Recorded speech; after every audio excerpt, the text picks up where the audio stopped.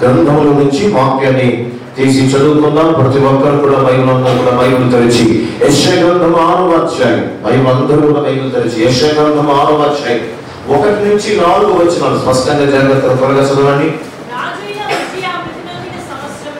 రాజైన ఉజ్జియా మృతి నొందిన సంవత్సరమున అత్యున్నతమైన సింహాసనమునందు ప్రభు ఆసీనుడై ఉండగా నేను చూచితిని. ఆయన చొక్కాయు అంచులు దేవాలయమును నిండుకొనెను. ఆయనకు పైగా శరాబులు నిలిచి ఉంది. ఒక్కొక్కరికి 6 రెక్కలుండెను. ప్రతివాడు తన 2 రెక్కలతో తన ముఖమును రెండింటితో తన కాళ్ళను కప్పుకొనొచ్చు రెండింటితో ఎగరుచుండెను. వారు సైన్యములకు అధిపతియగు యెహోవా పరిశుద్ధుడు పరిశుద్ధుడు పరిశుద్ధుడు, సర్వలోకము ఆయన మహిమతో నిండి ఉన్నది అని గొప్ప స్వరముతో గానప్రతి గానములు చేయించుండేది. ప్రార్థన. మహాపరిశుద్ధుడు అయిన తండ్రి, నమ్మదగిన ఈశ్వరుని స్తోత్రాలు.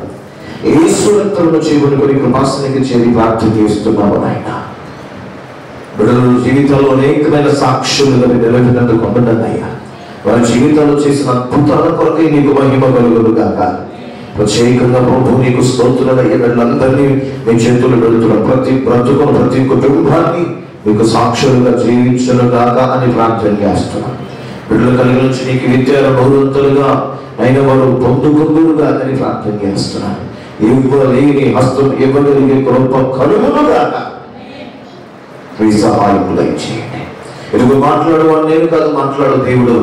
నీ వాక్యం చేత నాతో మాతో అందరితో మీరు మాట్లాడమని వెలిగించి గ్రహించగలిగే మనసు వైపు లోబడు అనుసరించి ప్రవర్తించగలిగే కృప ప్రతి ఒక్కరికి కలుగునుగా చేస్తున్నాను. నీ వాక్యం చేత అందరితో మాట్లాడి మహిమ యేసు పరిశుద్ధ నామములో ప్రార్థించుకుంటూ తండ్రి, ఆమేన్. అందరూ కూడా శ్రద్ధగా 10 నిమిషాలు దేవుని వాక్యమును జాగ్రత్తగా నేర్చుకుందాం. ఇక్కడ యెషయా గ్రంథం 6వ అధ్యాయం 1 నుంచి 4 వచనాలు మనం అందరం కూడా చూస్తున్నటువంటి చదివినటువంటి వాక్యమే, ఎరిగినటువంటి వాక్యం. ఇది పరలోక దర్శనం. ఏ దర్శనం అంట? పరలోక దర్శనమేనా ఇంకో దర్శనమా? చెప్పింది వాస్తవేనా అబద్ధమేనా ఉందా?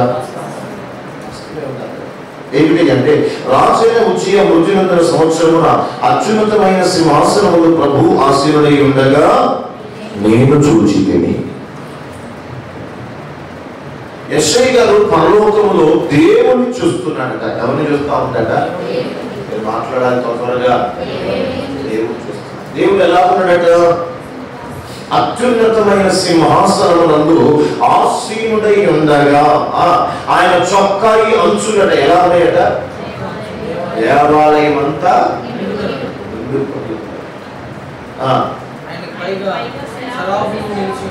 ఆయన పైన ఏం నిల్చున్నాయట? శరాబులు నిల్చున్నాయట.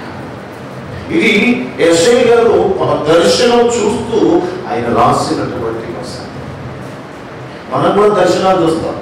చూస్తామా చూడమా? అట్లాంటి ఏం దర్శనాలు చూద్దాం? ఏం దర్శనాలు చూద్దాం? దర్శనాలు రావచ్చు మనకేమి అవుతాయా? రావా? ఏమవుతాయి? మనకు వచ్చే దర్శనాలు ఎట్లుంటాయి అంటే ఈ లోక సంబంధంగానే ఉంటాయి. కానీ క్రైస్తవులముగా దేవుని ఎరిగిన పిల్లలముగా దేవుని దర్శనం కలిగి బ్రతకాలి. హల్లెలూయా. దేవుని దర్శనం కలిగి బ్రతకాలి. దేవుని దర్శన రీతిగా జీవించాలి.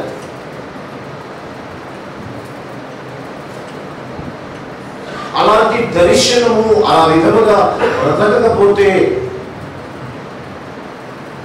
ఒకవేళ దర్శనాలు ప్రవచనాలు ఈ లోకంలో అందరూ నమ్ముతూనే ఉంటారు, కానీ ఈ దర్శనాలు ఖచ్చితంగా ఏ దర్శనం వచ్చినా నేను నమ్మే మాట ఏంటంటే, నాకు బాగా ఇష్టమైన దర్శనం ఏంటంటే మనము పరలోకమే సంబంధమైన దైవికమైనటువంటి రాజ్యానికి చేరేవైతే శ్రేష్టమైనవి. ఎందుకు అంటే మనం పరిపూర్ణముగా సంపూర్ణముగా ఆయన రాజ్యానికి చేరడానికే దేవుడు మనని ఈ భూమి మీద ఆయన వెంబడించడానికి మనం ఉంచాడు. కనుక ఆ రీతిగా ఆ పరిస్థితుల్లో ఆ విధముగా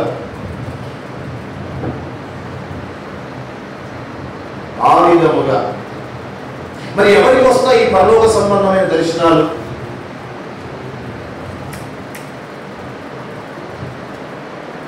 ఎవరికి వస్తాయి చెప్పండి? పరలోక సంబంధమైన దర్శనం ఎవరికి వస్తాయి? ఈయన ప్రవక్త కాబట్టి ప్రవక్తకు వచ్చిందా? మాట్లాడాలి నేను. మరి మన మనుషులు కదండి, మనకు మన కూడా దేవుడు దర్శిస్తాడంటారా? దేవుడు మనకు కూడా దర్శనం ఇస్తాడంటారా? యోసేపు గారికి దర్శనం ఇచ్చాడు. దేవుడు మనం కూడా దర్శనం ఇస్తాడంటారా? ఎందుకు దర్శనీయుడు? మనం ఆయనతో ఉంటే కదా, అసలు మనం ఆయన సన్నిధిలో కనిపెడితే కదా, మనం ఆయన సన్నిధిలో మొరపెడితే, మనం ఆయనతో సహవాసంలో నిలిచి ఉండి ఆయన సన్నిధిలో ఎదురు చూస్తే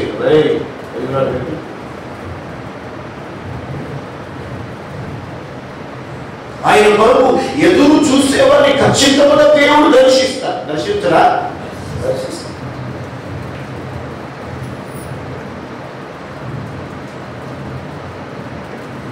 నేను ఉపవాసాలు ఎక్కువగా గడిపి, ఒంటరిగా ఉపవాసాలు ఉన్నప్పుడు ఎక్కువగా ప్రార్థనలు గడిపినప్పుడు దేవుడు నాకు కన్నులారా చూయించిన వాటన్నిటిని దేవుడు మరి భూమి మీద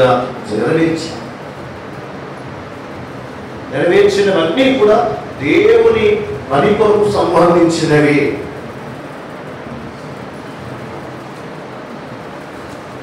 కనుక మనము ఏది చూసినా ఈయన పరలోకములో దేవుడు సింహాసనం మీద ఎలా ఆసీనుడై ఉన్నాడో, ఆయన్ని శరాబులు కెరాబులు ఎలాగా ఆరాధిస్తున్నాడు, ఎలా ఘనపరుస్తున్నాడు, ఆయన మందిరము ఏ మహిమతో నింపబడిందో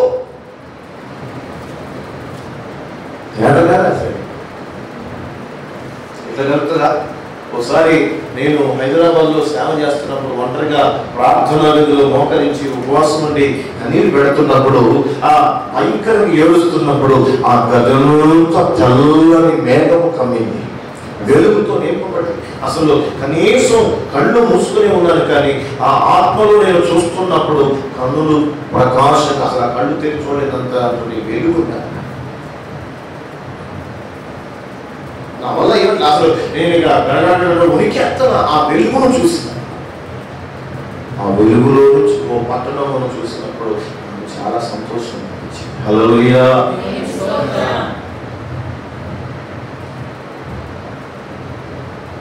కనుక మనం దేవుని సన్నిధానంలో మనమేదైన దర్శనంలో చూస్తున్నామంటే పరలోక సంబంధమైన చూడాలి.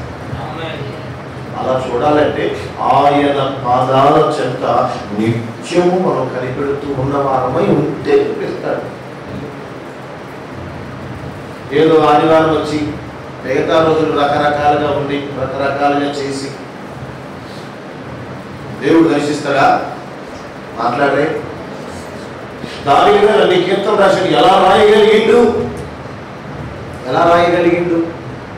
అంటే ఎప్పుడు కూడా ఆయన అడవిలో వాటిని కాస్తున్నప్పుడు అవి తింటూ ఉండగా, మేత వేస్తూ ఉండగా ఈయన మాత్రం వేడ బట్టి వాయించుకుంటా దేవుడిని ఆరాధిస్తూ ఉండేవాడా, దేవుడిని స్తుతిస్తూ దేవుడితో సంబంధం కలిగి ఉండేవాడు కనుక దేవుడు అలా కీర్తనిస్తాడు.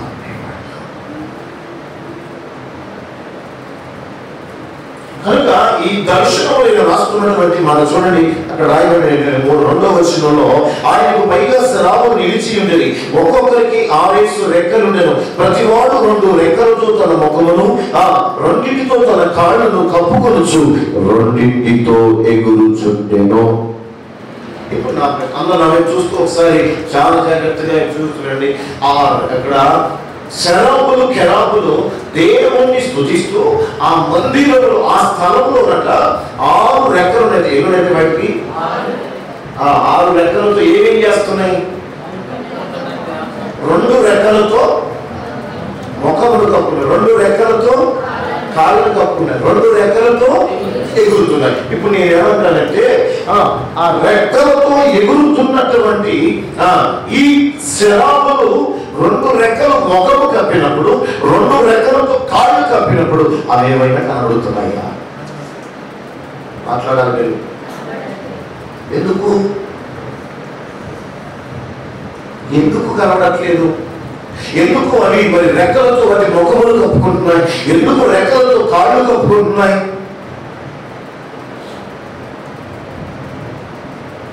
రెక్కలు ఇచ్చినప్పుడు దేవుడు ఎందుకు రెక్కలు ఇచ్చాడో ఆ పని చేస్తూ వెళ్ళొచ్చు కదా. మరి ఈ రెక్కలతో కప్పుకొని ఏం చేస్తున్నాయి అంట?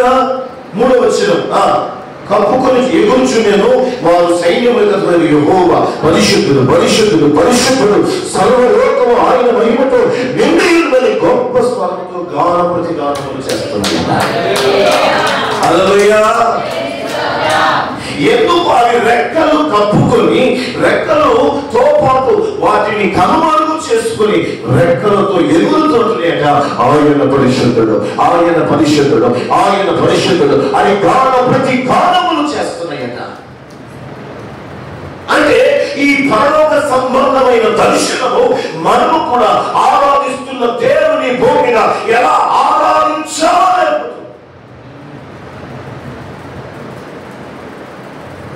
దేవుని ఆరాధిస్తున్నప్పుడు, దేవుని మహిమపరుస్తున్నప్పుడు, దేవుని కొనియాడుతున్నప్పుడు, దేవుని స్తుతిస్తున్నప్పుడు మనలో కూడా కనబడనంతగా ఆరాధన చేయాలి. మనం ఆరాధన ఏమంటే హల్లెలూయా ఒక 10 నిమిషాలు అయితే చేతులు ఆడదు. ఎందుకంటే నొప్పులు లేకపోతే నీ గోళ్ళు నొప్పులు. ఎందాకలా అమ్మగారు ఆరాధన చేశాక మళ్ళీ నువ్వు ఎందుకు ఆరాధన చేస్తున్నాయి అన్నట్టుగా చాలా మంది మనసులో ఉండొచ్చు. కానీ నేనేమంటున్నానంటే ఈ వారం ఏం తీసుకుంటున్నాం? బల్లా తీసుకుంటున్నాం.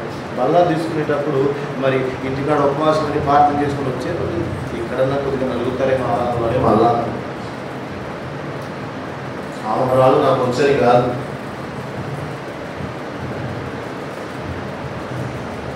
మనము ఆరాధిస్తూ ఉండగా దేవుని మహిమకి వస్తుంది. హల్లెలూయా. కనుక పరలోకములో జరుగుతున్న పరిస్థితులు ఎత్తి రాయించిన దేవుడు ఎందుకు రాయించాడంటే మనము కూడా అదే స్థాయిలో భూమిద దేవుని ఆరాధించాలి. కనుక మనమందరం పరలోకానికి చేరితే మనము కూడా అలానే చేయాలి. మనకు రెక్కలు లేకపోవచ్చేమో కానీ మనము కనబడకుండా ఆయన మహిమతో నింపబడి ఆయన్ని కనపరచాలి. హల్లెలూయా. మనం మహిమా శరీరంతో ఉంటాం. అప్పుడు మనం ఏం కనపడం? మనం కనపడమా? అందరూ ఒకే పోలికలకు మార్చుకోవాలి. మహిమా శరీరం ఏ శరీరంతో కనుక అక్కడికి చేరుకోవాలి. మరి అక్కడికి చేరడానికి నీవు ఇక్కడ ఏమి చేయాలి అంటే ఇక్కడ నీవు కనబడనంత ఆరాధన చేయాలి. నీవు కనబడనంతగా దేవుని మహిమపరచాలి. నీవు కనబడనంతగా దేవుని స్తుతించాలి. నీవు కనుమరుగైపోయేంతగా దేవునితో సంబంధం కలిగి ఉండాలి.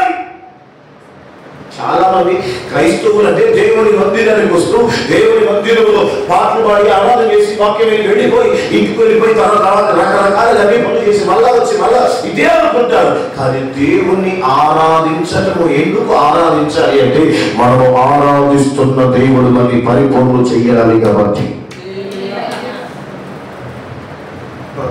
ఆరాధిస్తూ ఉండగా దేవుని మేఘం వస్తుంది, దేవుని అభిషేకం వస్తుంది, దేవుని ప్రభావం దిగి వస్తుంది. ఆయన ప్రభావంలో ఆయన శక్తి ఆయన అభిషేకంలో దిగి వచ్చి ముందు కమ్మిన తరువాత మనము కనబడకుండా దేవుని స్వభావము దేవుని స్వరూపము కనబడినట్లుగా నింపబడినట్లుగా మార్చబడినట్లుగా దేవుని ఆత్మస్వరూపం అని మార్చివేస్తాం.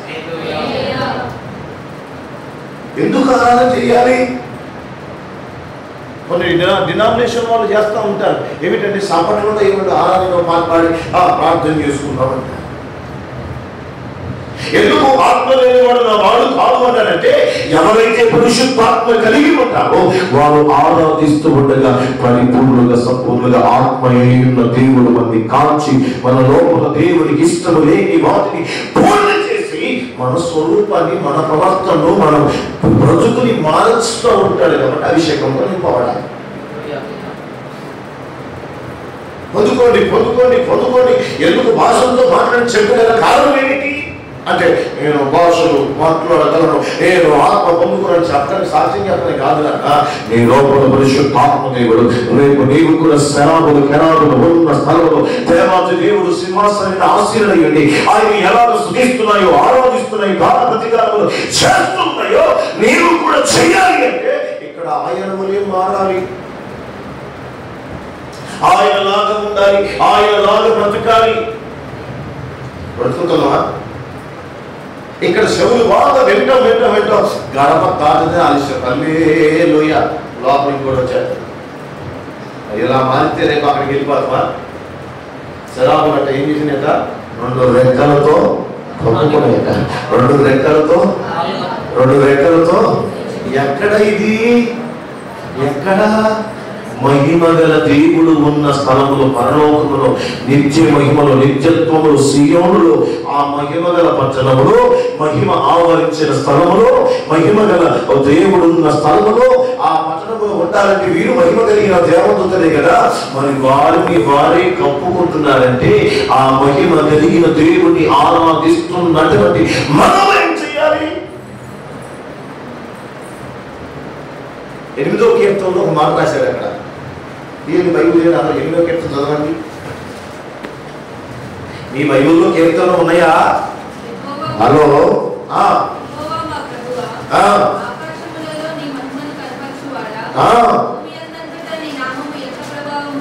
అంత కాదు, ఒక మాట నేను చదివిస్తాను, నేను చెప్తాను ఒక్కసారి. 8వ కీర్తన 4వ వచనం చదవండి. నీవు మనుషుని జ్ఞాపకం చేసుకున్నట్టు వాడే పాటివాడు, నీవు నరపుత్రుని దర్శించుటకు వాడే పాటివాడు. దేవుని కంటే వారిని కొంచెం తక్కువగా చేస్తున్నావు. ఎవరినంట? అందరూ చెప్పండి, అవి చూస్తూ దేవుని కంటే వారిని గట్టిగా కొంచెము. ఎవరిని చేశాడు? ఏది చెప్పాలి? ఎవరిని చేశాడు? ఎవరిని చేశాడు? మనుషులు చేశాడు. మీరు మనుషులు కాదా? ఎవరిని చేశాడు? మనల్ని చేశాడు. దేవుని కంటే కొంచెము ఎవరు చేశాడు? ఎవరు చేశారు? ఇప్పుడు చెప్పు. మరి దేవదూతలే 2 రెక్కలతో ముఖం కప్పుకుంటే, దేవదూతలే 2 రెక్కలతో కాళ్ళు కప్పుకొని ఆయన్ను పరిశుద్ధులు పరిశుద్ధులు పరిశుద్ధులని గాన ప్రతిగానములు చేస్తా ఉంటే ఆయన కంటే కొంచెం తక్కువ వాడిగా చేయబడ్డాడు. నీవు ఇంకెలా దేవుణ్ణి ఆరాధించాలి? ఎలా మహిమపరచాలి?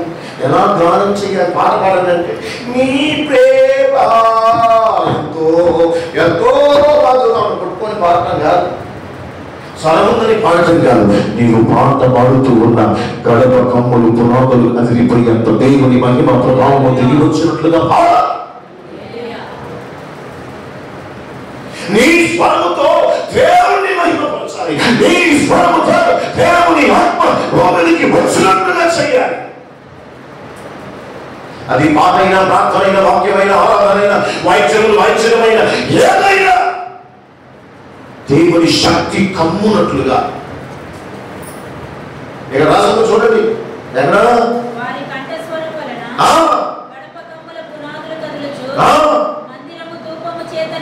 ధూమము చేత నిండగా వారి కంఠ స్వరముల వలన గడప కమ్ముల పునాదులు వదులుతున్నాయట. మరి మనం వాడుతామంటే మనం చదువుతామా?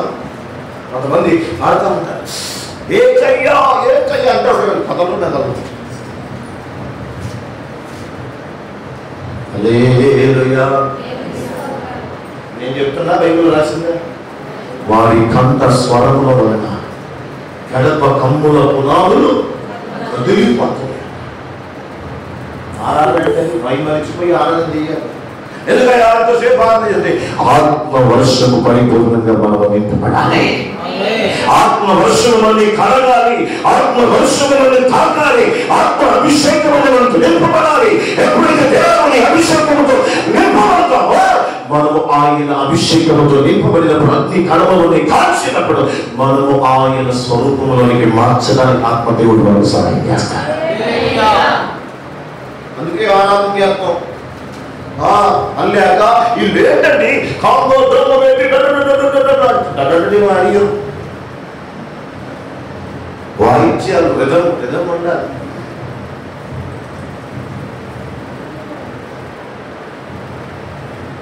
దేవుని సన్నిధానంలో వాక్యం వింటున్నటువంటి మనము, అంటే ఇప్పుడు మహామహిమగల పట్టణములోనే దేవదూతలు అంతగా దేవుని ఆరాధిస్తూ అంతగా దేవుని కనపరుస్తూ ఉంటే, ఇప్పుడు ఆయన కంటే కొంచెం తక్కువ వాడిగా చేయబడిన నీవు, ఆయన నీ కొరకు ప్రాణం పెట్టాడు, ఆయన నీ కొరకు నా కొరకు రక్తం కార్చాడు, ఆయన నీ కొరకు నా కొరకు బలియాగం అయిపోయాడు, ఆయన రక్తము చేత కడగబడి ఆయన ఇచ్చినటువంటి మహిమ శరీరము అదే ఆయన ఇచ్చినటువంటి రక్షణ పొందుకొని నీవు జీవిస్తున్నటువంటి నేను ఇంకెంతగా ఆరాధన చేయాలి, ఇంకెంతగా మహిమపరచాలి, ఇంకెంతగా దేవుని కొనియాడాలి, ఇంకెంతగా దేవుణ్ణి హెచ్చించాలి, ఇంకెంతగా దేవుని స్తుతించాలి, ఇంకెంతగా దేవుణ్ణి ఆరాధించాలి.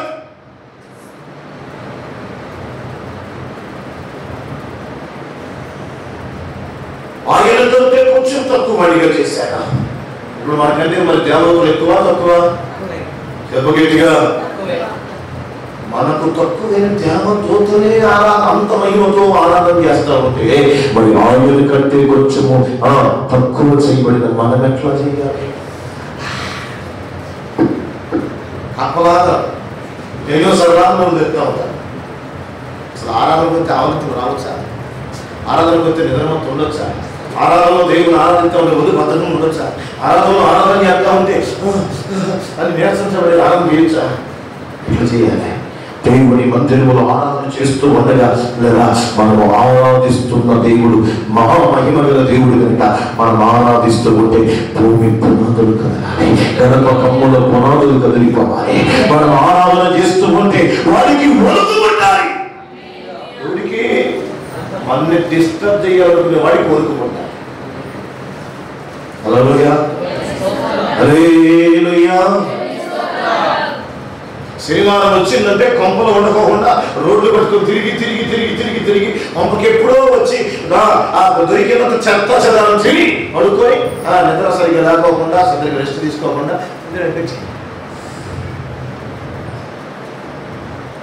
మహిమ ఎట్లా వస్తుంది? ఎడమ కుమారులు పునాదులు ఏదైనా కదిలిపోతున్నాయి. ఓ మాట చెప్పడా, దేవుణ్ణి ఆరాధిస్తున్నటువంటి దేవుని మహిమ 40,000 కింద పెడతాం ఆడదారిగా. మనం ఆరాధిస్తున్నటువంటి దేవుణ్ణి గడప కమ్ముల పునాదులు కదిలిపోయేంతగా ఆరాధన చేయాలి అంటే మనము అన్ని విధాలుగా దేవునికి అప్పగించాలి.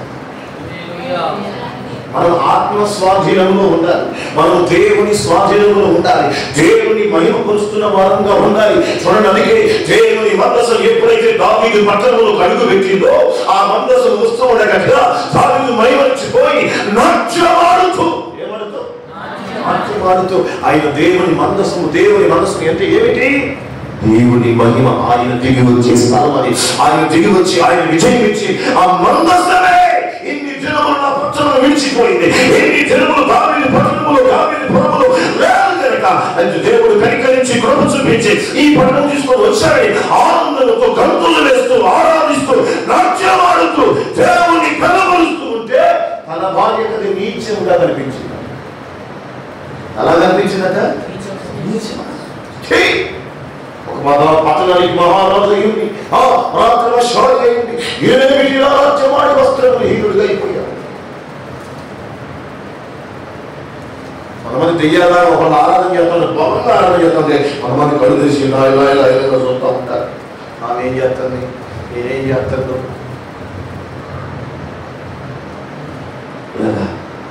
దేవుని సన్నిధానంలో రేపు ఆ పట్టణములకు చేరగా మనం చేసేదంటే ఆయన మహిమపరచడమే, ఆయన కనపరచడమే, ఆయన స్తుతించడమే.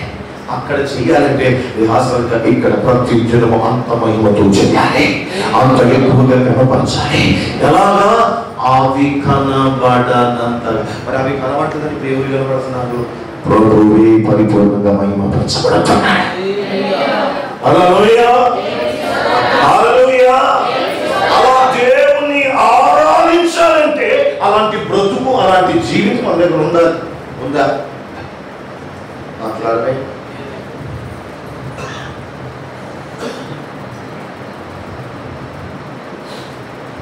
అక్కడ నిద్ర లేదు, ఆకలి లేదు, దాహము లేదు, దప్పిక లేదు, ఏడుపు లేదు, ఏమి లేదు. కాబట్టి అక్కడ దేవదూతలు ఆరాధన చేశారంటే ఇక్కడ ఎన్ని బాధలు, ఎన్ని కష్టాలు లేవా? బాధలు ఎవరికి లేవా? అంత మహాపటములకు రాజైన దావీదు గారే ఆ మందసము, మహామహిమ గల దేవుని మందసము ఆ పట్టణములకు తీసుకుని రాగానే నాట్యమాడేస్తున్నారట. హల్లెలూయా, హల్లెలూయా. మనకి మంచిగా ఉంటే ఒక పూట ఆరాధన భలే జరిగేది కదా, భలే జరిగేది కదా. ఎందుకు నీవు మెలుగుతో ఉన్నావు కాబట్టి, నువ్వు నిద్రపోతే ఆరాధన జరిగింది.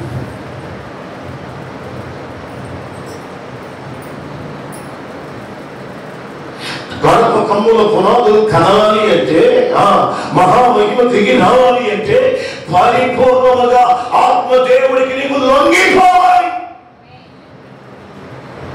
ఏమవ్వాలి? లొంగిపోయినా మరి ఇంకా నువ్వు సాధనలో ఉన్నావు. హల్లెలూయా, హల్లెలూయా, హల్లెలూయా. అప్పగించబడాలి, లొంగిపోవాలి, లోబడిపోవాలి. అప్పుడు నువ్వు ఆరాధన ఎట్లుంటది? దేవుని మహిమ నిత్యమైన కమ్ముతుంది, దేవుని ప్రభావం నిత్యమైన కమ్ముతుంది.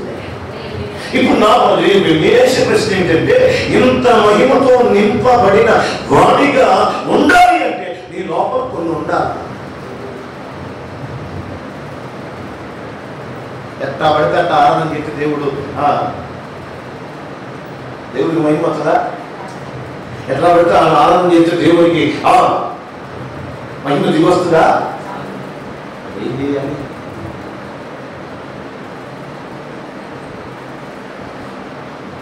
మనము కనబడకుండా, నేను చెప్తున్న ప్రశ్న, వాళ్ళు కనబడంతగా ఆరాధన చేశారు. మరి ఇప్పుడు మనం కనబడకుండా బతకాలా వద్దా? ఎవరు కనపడకుండా? భర్త కనపడకుండా, ఎవరు కనపడకుండా? భార్య కనపడకుండా, ఎవరికి కనపడకుండా? పాస్టర్ గారికి కనపడకుండా రకరకాల ఏమి చేయమా? మీరు మహాజ్ఞానులు అందరూ చేస్తారు, నాకు తెలుసు. పాస్టర్ గారికి కనపడే పనికి మన కార్యాలు బోల్డర్ ఉన్నాయి. చెప్పనా? ఒక్కొక్క పేరు చెప్పి చెప్పనా? చరిత్ర చెప్పనా? మాట్లాడరే చెప్పనా? పేరు చెప్పి చెప్తా. మీరు చేసే కార్యక్రమాలు ఏమిటో, మీరు చేసే పని పరిమాణ కార్యక్రమాలు ఏంటి చెప్పనా? వసలు కూర్చొని ఒక్కొక్కరు పేరు పెట్టి చెప్పనా? మాట్లాడే చెప్పనా? వద్దా? నిర్ణయాలు ఏదైనా ప్రేమిస్తున్నాను అన్ని మర్చిపోమండి. అన్ని గురించి మా పేరు చెప్పండి.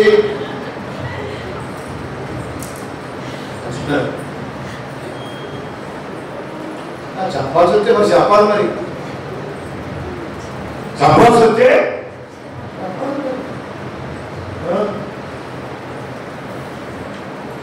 అందరూ మొక్కలో పోయి అందరు దరిద్రం చేస్తారు. దేవుడికి మహిమ తెచ్చేదా? కనబడనంతటి జీవితం కావాలి. నేనేమంటే శరాబులే అవి కనబడకుండా రెక్కలు కప్పి దేవుని మహిమపరుస్తామంటే, ఈ లోకంలో బ్రతుకుతున్నటువంటి మనము దేవునికి మహిమకరంగా బ్రతికి చూపాలంటే మనం ఎక్కడా కనబడకూడదు.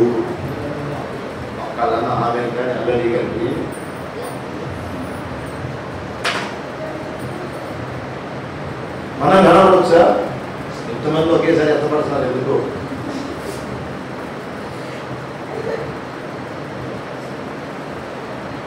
మీకు ఒక వ్యక్తిని చూపిస్తాను. ఒక వ్యక్తిని కాదు కానీ కొంతమందిని చూపెడతాను. ఒకసారి బైబిల్ చదవండి, ఒక బైబిల్ చేయండి. ఆది కాండం ఎప్పుడు చెప్పేది? ఆది కాండం తెలుసుగా, తెలిసిన అందులో ఉంది. 7వ అధ్యాయం 5వ వచనం. ఆది కాండం 7వ అధ్యాయం 5వ వచనం. తనకు యెహోవా ఆజ్ఞాపించిన ప్రకారం నోవాహు యావత్తు చేశాడు. 8వ అధ్యాయం 15వ వచనం 18వ వచనం. ఇది ఆది కాండం 8, 15, 18.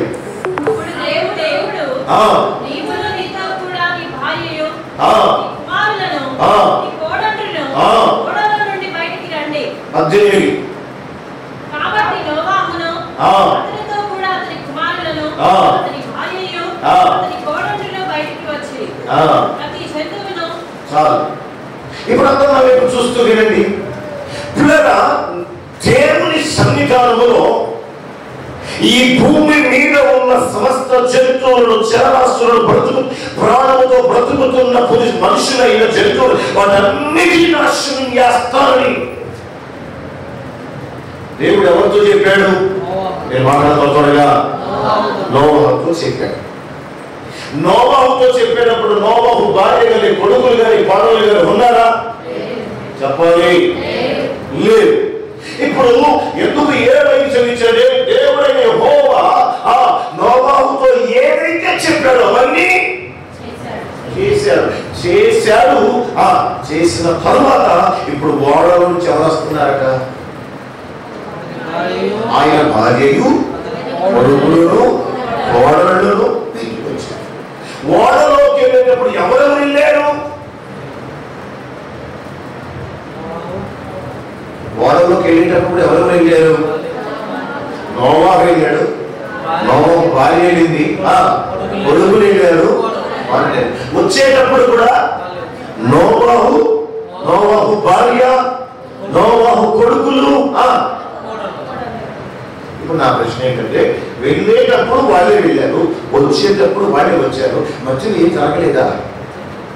ఏం జరిగింది? జరిగింది అన్నారు. ఏం జరిగిందా? పోయి చూసి వచ్చారు. మీరే చూసి వచ్చారు. నోవాహు రాత్రి కాళ్ళకి వచ్చారు చెప్పిండా? అబ్బాయి మా వాళ్ళు ఇంతమంది ఉన్నారు నాకు తీసిన చెప్పిండా?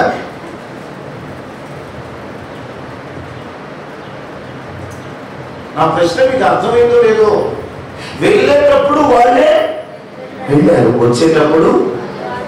ఇప్పుడు నేను చెప్పేది ఏంటంటే, కనబడనంతటి మహిమకరముగా వారు దేవుణ్ణి ఆరాధిస్తున్నారు కదా. ఈ భూమి మీద నోవాహుకు చెప్పిన మాటను బట్టి ఆయన కొడుకులు, కోడళ్ళు వారు కూడా అలానే బ్రతికారు. హల్లెలూయా. ఎలా బ్రతికారు అంటే, నోవాహుకి దేవుడు మాట్లాడి, దేవుడు చెప్పి, దేవుడు ఏదైతే చేయమన్నాడో అదే చేయడానికి వారి ప్రాణాత్మ దేహ శరీరములను పరిపూర్ణంగా అప్పగించుకున్నాడు. ప్రాణాత్మ శరీరాన్ని అప్పగించుకున్నాడు.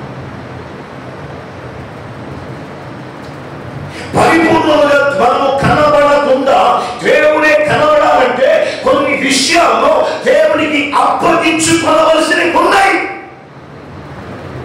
ఈ నోవాహు కొడుకులు, కోడలు, ఈ ఆరుగురు కూడా ఓడలు తిరిగినప్పుడు ఎవరు వెళ్ళారో అలా ఎందుకు తిరిగి వస్తున్నారంటే, వారి యవనస్తున్న జీవితాన్ని, వారి శరీర కోరికలన్నిటి చంపుకొని దేవుని మాటకు అప్పగించుకొని ఓడలోకి ఏ మహిమతో వెళ్ళారో అలానే బయటికి వచ్చేంత వరకు వారి శరీరాన్ని కాల్చుకొని బతికారు. హల్లెలూయా, హల్లెలూయా. వారి సుఖాన్ని విడిచిపెట్టారు, వారి సంతోషాన్ని విడిచిపెట్టారు, వారి ఆనందాన్ని విడిచిపెట్టారు. వారు కావలసినటువంటి ఈ లోక సంబంధాల వివాహానంతరం ఎలా బతుకుతారో వాటన్నిటికీ దూరమై కేవలం తన తండ్రితో దేవుడే మాట్లాడాలి. కేవలం తన తండ్రికి దేవుడు ఏదైతే చెప్పాడో చేయాలి.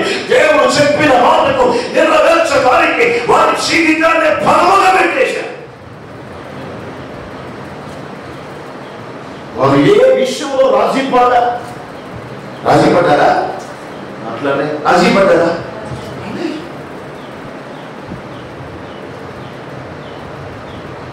గణపకంలో పునాదులు కదిలిపోవాలి అంటే, దేవుని మహిమ దిగి రావాలంటే, దేవుని ప్రభావం పొందుకోవాలంటే నీవు నీ శరీరమును పరిపూర్ణంగా అప్పగించుకోవాలి.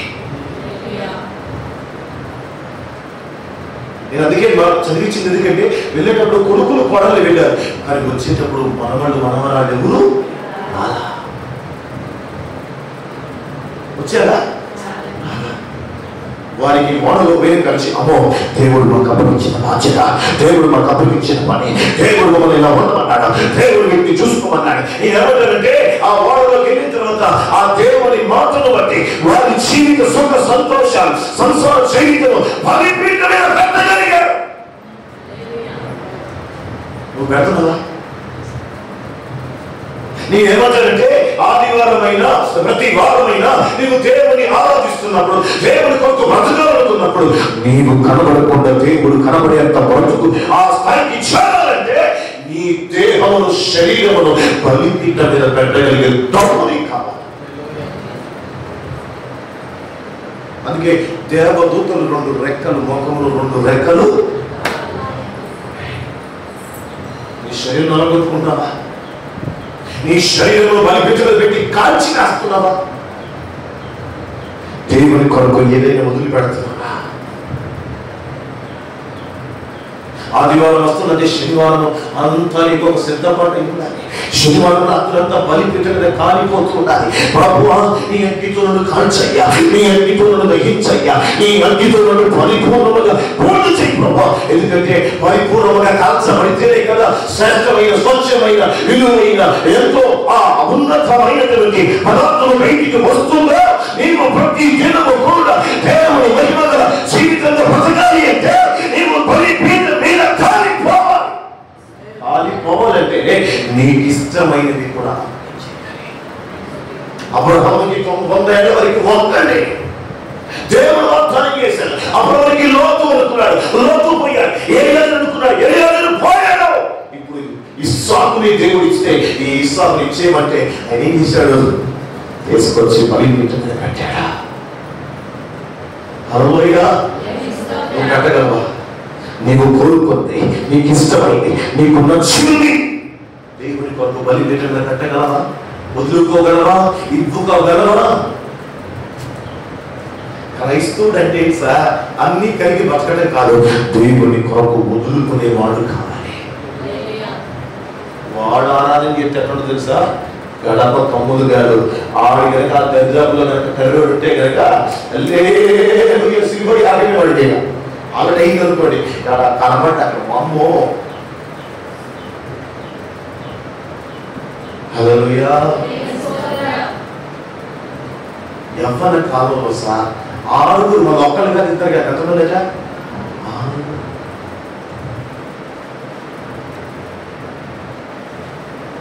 వారితో ప్రపంచం విస్తరించాలని. ఎప్పుడు? ఓడలో నుంచి బయటికి వచ్చాక. నేనంటాను, ఆ ఓడ మహామహిమగల ఓడ అయింది కనుకని ఆ మహిమగల ఓడలో వారు దేవుని మహిమతోనే బతికారు. వారి దేహముతో దేవుని కనపరిచారు, వారి దేహముతో దేవుని ఆరాధించారు, దేహముతో దేవుని స్తుతించారు.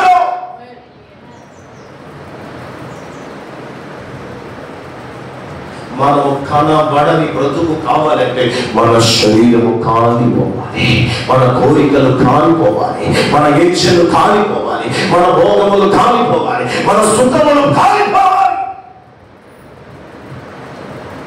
అన్నీ కలిగింది. ఏ చెయ్యాలి ఏసైనా నీవు అప్పగించబడగలగాలి. అప్పగిస్తున్నావా? అబ్రహాము లాగా దేవునికి కోరుకునేది నీకు ఇష్టమైందని వదిలిపెడుతున్నావా? విడిచిపెడుతున్నావా? బలిపీఠం మీద పెడుతున్నావా? ఒక మాట చెప్పనా, నీకు ఇష్టమైంది ఏదైనా రేపు నీకు విగ్రహారాధన పద్ధతి జాగ్రత్త కనుక దాన్ని ఖచ్చితంగా బలిపీఠం మీద పెట్టాలి. దేవుని కంటే ఏమి ఎక్కువ ఉండకూడదు. ఒక మహాప్రవక్త తన భార్యని ఎక్కువగా ప్రేమిస్తే దేవుడు ఏం చేశాడు? పరదేశులమో పియులారా పాడుకున్నారు. అందుకే చెప్తున్నాను, నీవు దేవుని ఆయన ఆయన ఆయన ఆయన ఆయన స్వరూపంలోనికి అనగా మనము కనబడకుండా ఆయన కనబడాలంటే మనము మన సొంతముగా బ్రతకకూడదు. దేవుని ఆత్మపూర్వంగా బ్రతకాలి. మనం ఎక్కడ కనబడకూడదు, మహామహిమతో నింపబడాలి. ఆ మహిమతో నింపబడగలిగిన జీవితముగా, ఆరాధించగలిగిన జీవితముగా ఉండాలి అంటే ఆ యవన కాలంలో ఆ 6 బ్రతికినట్లుగా ఒక దగ్గరే ఉన్నారు, ఒక దగ్గర తిన్నారు, ఒక దగ్గర శీలారు. కానీ దేవుడు చెప్పిన మాటలు వారిని పూర్ణంగా పక్కన పెట్టాలి. నీకు నీవు బౌండరీ తీసుకోగలవా? ఏమిటా బౌండరీ? దేవుడు నన్ను ఎలా ఉండమన్నాడు, దేవుడు ఎలా ఉండమన్న దానికి అవసరమైతే ఈ సుఖాన్ని వదిలేస్తా, ఈ సంతోషాన్ని వదిలేస్తా, ఇది వదిలేస్తా.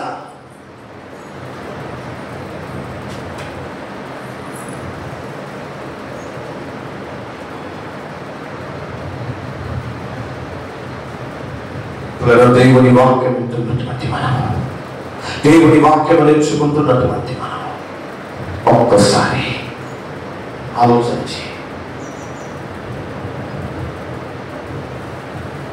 వారికి ఉన్నది ఆలోచన.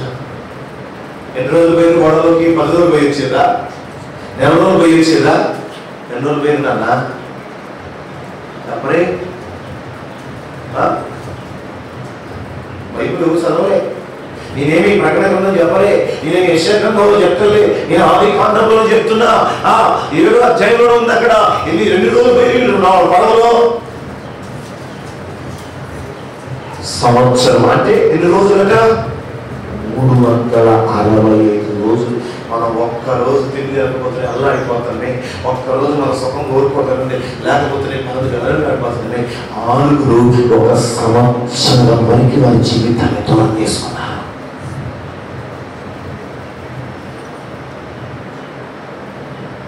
సంవత్సరం కంటే ఎక్కువే, ఇంకా తక్కువేం లేదు. ఫస్ట్ వెళ్ళేటప్పుడు ఒక నెల రోజు చెప్తాడు, వచ్చిన తర్వాత నెల రోజు చెప్తాడు. లెక్కతో అసలు ఒక పర్టికులర్గా సంవత్సరం రాసి ఉండదు.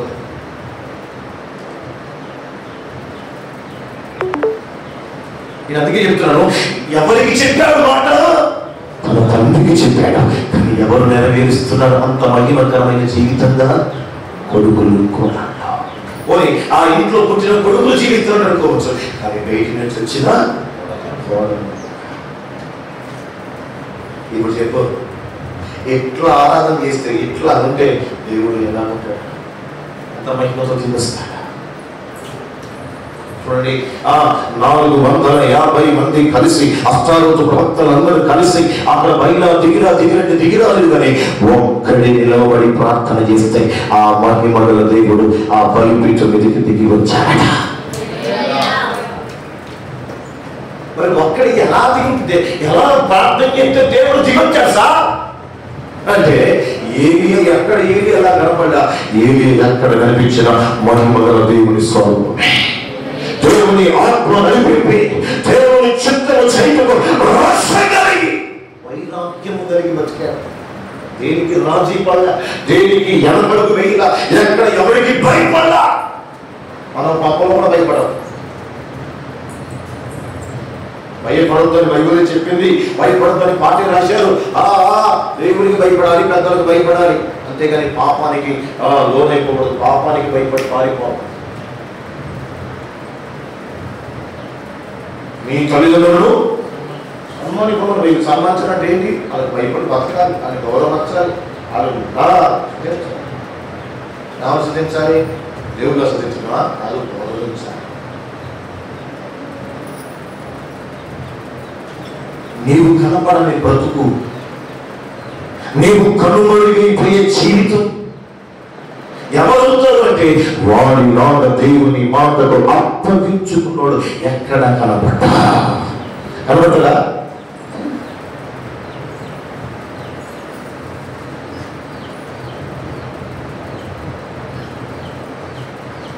మనం సంఘములు, ఆర్భాటాలు, ఆశ్చర్యాలు రకరకాల నేను ఇలా దేవుని వాక్యం వింటున్నటువంటి మనము ఆ మహిమగల పట్టణములో, మహిమగల ఆ దేవుని ఎదుట ఆ శరాములే 2 రెక్కలతో కప్పుకుంటే, 2 రెక్కలతో 4 రెక్కలతో వాటిని కప్పుకుని దేవుని ఆరాధిస్తే, దేవుని మహిమ పరుస్తూ ఉంటే, ఆయన రక్తంతో కడగబడి ఆయన పోలికలో బతకవలసిన మనం మరి ఏ స్థాయిలో, ఏ పోలికలో బ్రతుకుతున్నాం మనం? ఉందా మన దగ్గర పోలిక? చాలా మంది అరే దేవుడు సేవ చేయమని ప్రజలు నీకు చెప్పిన నాకు చెప్పండి, నీ చేయడం లేదు. నాన్న మా తండ్రి కాబట్టి నా అమ్ముడే మీరే కానీ నోవహు కుమారులు నోవహుకు చెప్పినట్లుగా మీరు మాత్రం పరిపూర్ణంగా అప్పగించుకుని దేవుని కనపరిచారా?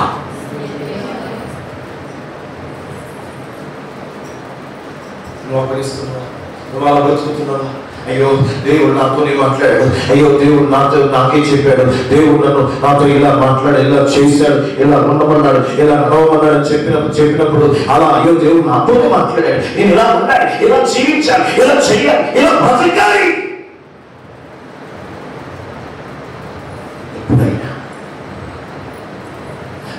దేవుని వాక్యం ఇచ్చినటువంటి మనం, దేవుని వాక్యం నేర్చుకున్నటువంటి, దేవుని వాక్యం అనుసరిస్తున్నటువంటి మనము ఈ నలుగురి తండ్రికి చెప్పిన మాటే అప్పటికి ఇంకా వారికి కనబరచబడ్డ వారు దేవుడితో మాట్లాడే, కానీ నోవహు మాట్లాడుతూ ఉండేవాడు, నోవహుతో దేవుడు మాట్లాడుతుండేవాడు. మరి ఇప్పుడు దేవుడు డైరెక్ట్ గా మనతో మాట్లాడుతాడు. దేవుని వాక్యం మన చేతిలో ఉంది, దేవుని ఆత్మ మనలో ఉంది, దేవుని ఆత్మ దేవుడు మనం నడిపిస్తూ ఉన్నాడు. మరి మనం ఏ స్థాయిలో బతుకుతున్నాం, ఏ స్వరూపంలో బతుకుతున్నాం?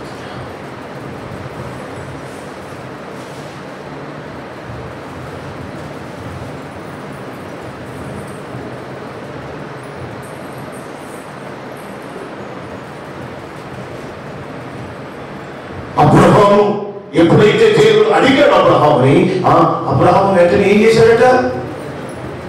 చేస్తానన్నాడట. హల్లెలూయా. ఓయ్ ఆడు ఇచ్చేస్తాడు. మరి ఇస్సాకు ఏం చేశాడు? అంటే ఎన్ని అడుగుతున్నాడు? అన్నిటివేంటి? ఎన్ని అడిగాడు రా? అడిగితే అన్నిటివేంటి? అసలు నేను రెండు చంపేటివేంటి అని అన్నాడు ఇస్సాకు. అన్నా మాట్లాడే అన్నాడా? నోరు మూసుకొని కాలు చేతులు పెట్టి సైలెంట్గా ఉన్నాడా? చెప్పనా? ఆయన ప్రాణము బలి అర్పణగా మారుతూ ఉన్న దేవుని మహిమ కొరకు మౌనం దాచాడా? నీ చేతన అయితే, నీ చేతన అయితే కదా, నీ చేతన అవుతుందా? మాట్లాడని సరిగ్గా నీకు వచ్చిన ₹1,00,000 దశంభాగం తెచ్చి లేకపోతే 10,000 20,000 దశంభాగం రాదాయి అంటే ఇవ్వలేని పరిస్థితి. ఎందుకంటే అమ్మో ఇన్ని ఖర్చులు ఉన్నాయి, ఇన్ని ఖర్చులు ఉన్నాయి, ఇన్ని బాధలు ఉన్నాయి, ఎన్ని ఇబ్బందులు ఉన్నాయి. ఈ దశంభాగం ఎలా చెప్తాం? ఈ దశం డబ్బుల కోసం ఇంత గొడవ, ఎంత గందరగోళం అయితే మరి నీ బతుకు బలిపీఠం ఎందుకు పెడతానా? ఒక్కరోజు డ్యూటీ మానేసి దేవుని కురికి రావాలి, ఒక్కరోజు దేవుని ఈ పని వదిలిపెట్టి దేవుని సన్నిధిలో గడపాలి. అని ఇస్సాకు అయితే ఆయన తండ్రికి చెప్పాడు, దేవుడు కోరుకున్నాడని. వాగ్దానం చేత పుట్టిన కుమారుడు నోరు మూసుకొని బలిపీఠం మీద పడుకున్నాడంటే కత్తి లేపినప్పుడు నానా అన్నాడా? ఒకవేళ కత్తి లేపినప్పుడు అబ్రహాము కత్తి లేపినప్పుడు ఇస్సాకు కనుక నానా అని పిలుస్తుంటే ఏమనేవాడు?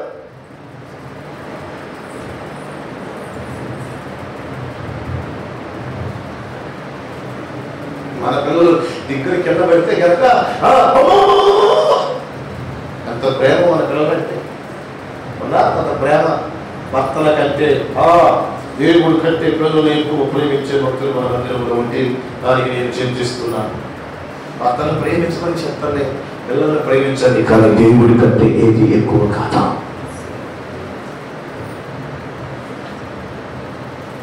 ఇస్సాకు మరో మాట మాట్లాడలే. ఏం మాట్లాడలే?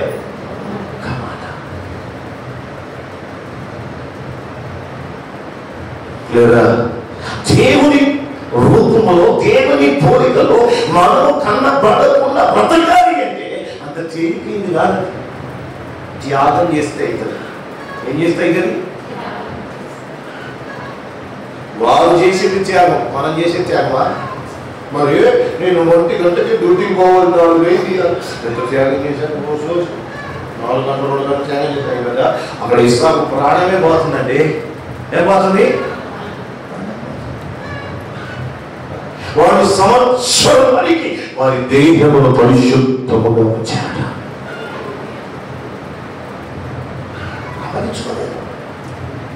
లోపడలేదు, రొల్లిపోదు.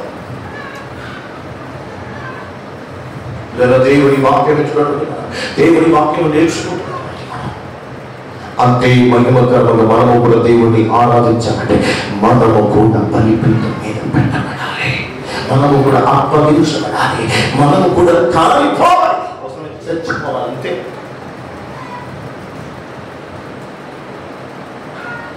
ఎందుకు మరి 12 మంది అపోస్తులు చంపబడ్డారు అంటే ఆయన కొరకు చచ్చిపోవడానికి ఇష్టపడ్డారు. ఎందుకంటే ఆ మహిమ గల దేవుడు మన కావలు. హల్లెలూయా.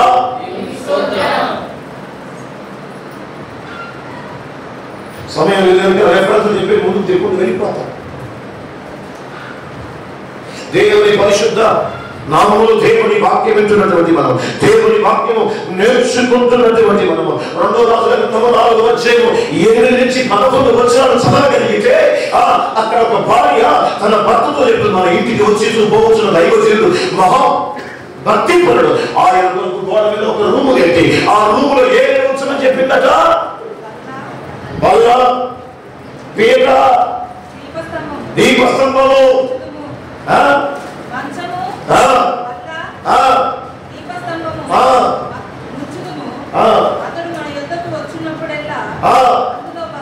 అందులో బస చేయొచ్చు. నేను ఏమంటానంటే, హలో హలో ఇక్కడ చూడండి, నా వైపు ఇస్సాకుని ఇవ్వడానికి అబ్రాహాము ఇష్టపడ్డాడు. వీరు తన దేహమును బలముగా పెట్టడానికి ఇష్టపడ్డారు. ఎందుకంటే వీరందరూ దేవునికి మహిమకరముగా బ్రతకాలని, దేవుని స్వరూపమును కనపరచాలని, దేవుని కనపరచాలని. ఇప్పుడు గనురాలైన ఈ స్త్రీ కూడా అంటే మన ఎందుకు పోవచ్చు దైవజనుడు మహా భక్తిపరుడు కనుక మన ఇంట్లో చోటు ఇద్దాం. ఎక్కడ ఇద్దామంటుంది? మన ఇంట్లో మనం గదులు పెట్టుకుంటాం. లేదు దేవుని కొరకు గది కట్టాలి, పాచిగారు పెట్టేద్దాం దేవుని వచ్చి ఎలా ఉంది. అట్లానే ఇల్లు కట్టుకోబోతున్న వారికి హెచ్చరిక ఏమిటది? నీకు గది ఉందా లేకపోతే ఎవరికి ఉండాలట చెప్పు. నాకు దేవుడు ఇల్లు ఇచ్చాడు కనుక నా రూములు 3 కట్టుకుని పెద్ద గది దేవుడికి ఇచ్చాడు. ఇవ్వలేదా? చెప్పు సమాధానం. ఇవ్వలేదా?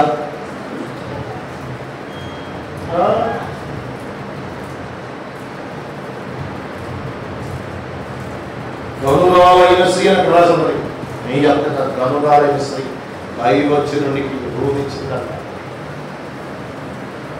మనమేమిచ్చాడు? మనమేమిచ్చాం?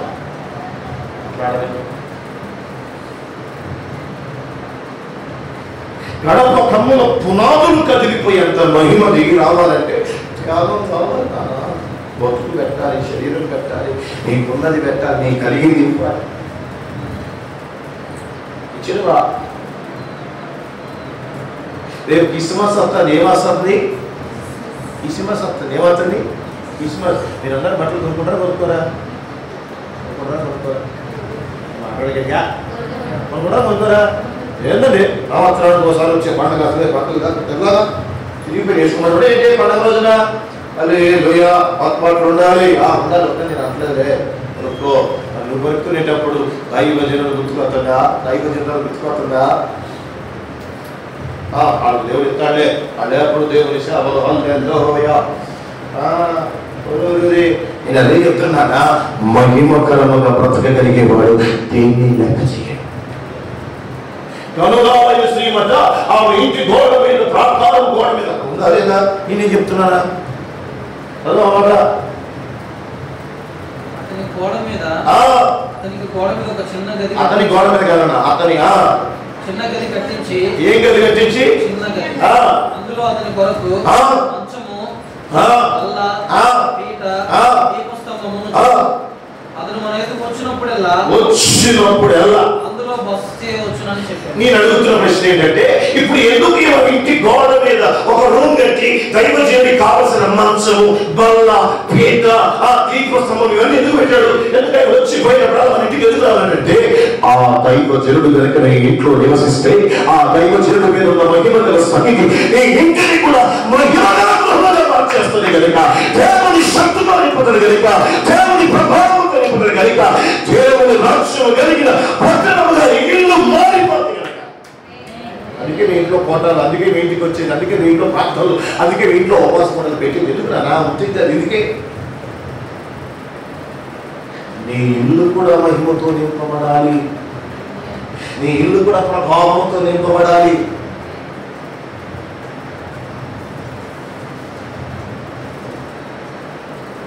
కొంతమంది పోతూ ఉంటారు రకరకాలుగా టీవీ పెట్టే మందిరాలకి వెళ్తా ఉంటారు. ఆ టీవీతో వీళ్ళకి సంబంధం ఉంటుంది, కానీ సేవకులతో విశ్వాసంతో సంబంధం ఉంటుందా?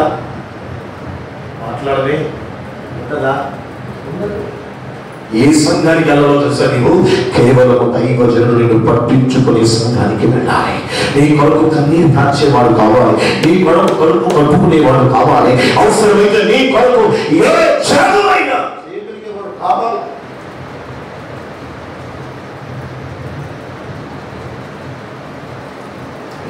రావాలంటే నీ ఇంట్లో కూడా ఉండాలి. గదులన్నీ నువ్వే నింపేసుకునే మరి నీ ఇంటి ఎవడొస్తారు ఎవడు రాడు.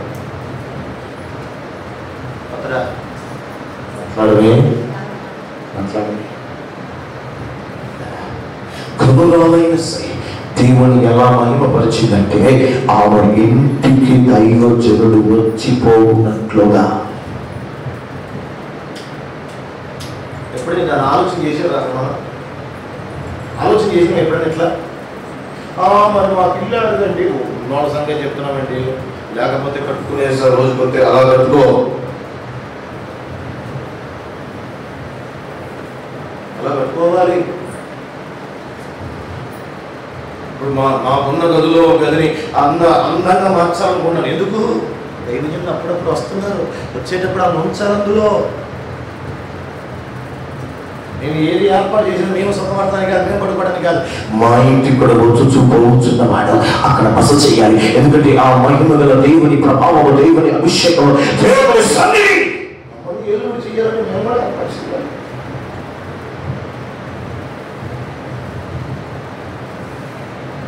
ఎందుకు ఈ మాట జ్ఞాపకం చేస్తే తెలుసా? నీవు ఈ కొరకు కాదు, దేవుని కొరకు ఆలోచన చేసే వాడిగా ఉంటున్నావు. ప్రార్థన చేసుకుని వెళ్ళిపోదాం. మోకరించండి, కళ్ళు మూసుకొని ప్రార్థన చేసుకున్నాం. కళ్ళు మూసుకోండి, ప్రార్థన మోకరించండి, ప్రార్థన చేసుకుందాం. నీకెందుకు మరి వినాలని మనసులు వినప్పుడు ఎంతకాలం చెప్పావు? అర్థమే కదా. గోడలు కిటికీలు ఫ్యాన్లకి వస్తాను. మీ ఇల్లు అలా మార్చడం మీకు ఇష్టం లేదా? మీ ఇంట్లో అలా ఉండటం ఇష్టం లేదా? మీ ఇంటిని అలా మార్చుకొని దేవుని మహిమ గల నెమ్మది కలిగిన, సంతోషం కలిగిన, ఆనందం కలిగిన ఇంటిగా ఉండడం అవసరం లేదా మీకు? ఎప్పుడు కనుక్కొని గుర్తుకొని తిట్టుకొని రాసుకొని ఆ పడబడిపోయి ఎప్పుడు చూడు అప్పులు రకరకాలుగా తీసుకొని ఆ ఇల్లు ఆనందమా నీకు? ఓ మాట చెప్పనా, దేవుడు ఉన్న ఇంటిలో ఎప్పుడు నెమ్మది వెలువడి చేస్తుంది. దేవుడు ఉన్న ఇంట్లో ఎప్పుడు ఆనందం వెలువడి చేస్తుంది. ఎందుకు ఈ మాట్లాడానంటే, దేవుడు ఉన్న ఇల్లు ఎలా మార్చాలంటే, నీలో దేవుడు ఉంటే, నీవు దేవుని స్వరూపానికి మార్చబడితే, నీవు దేవుని ఆత్మతో నడిపించబడితే, దేవుని ప్రభావం నీలో ఉంటే, దేవుని శక్తి నీలో ఉంటే, దేవుని సన్నిధి నీలో ఉంటే, దేవుని ఆత్మ నడిపింప ఉంటే, నీ ఇల్లు కూడా ఎప్పుడు సమాధానంగా, లేకపోతే ఇప్పుడు ఏదో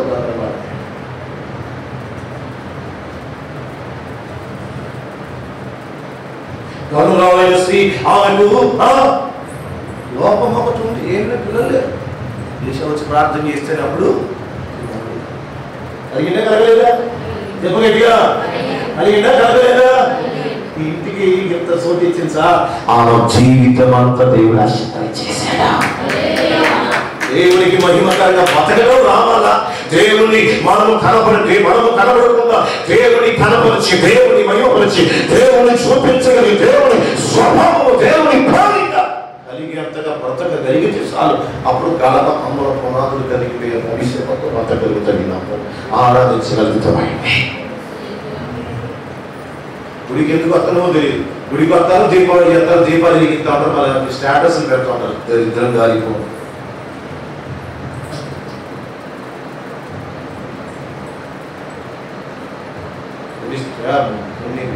కొంతమంది కొన్ని అపరాధం ఒళ్ళు మట్టికి మళ్ళీ ఏ ప్రదేశం మారలేదు. ఇది మాత్రం దేవుడు అటు లోపం, ఇటు దూరం, ఇటు దేవుడు అటు లోపం మారాలి. నువ్వు మహామహిమతో బతకాలి.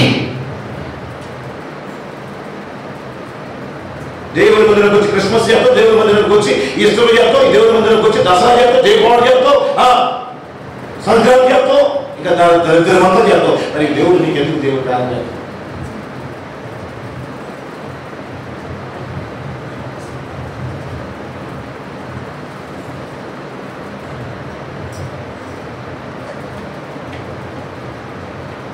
ఇలాంటి వారు ఆరాధన చేస్తే దేవుని గర్భ కుమారులు కలిగిపోతాయా?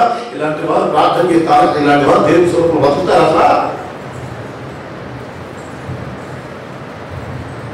దేవుని సంఘము దేవుని శరీరం అని చెప్తుంది. ఏమిటా దేవుని సంఘము, దేవుని శరీరము, ఆయన శరీరము, ఆయన మహిమ పరిచేయాలని బ్రతకాలి. కానీ ఆయన మరలా సిలువ వేసేటట్లుగా బ్రతకూడదు.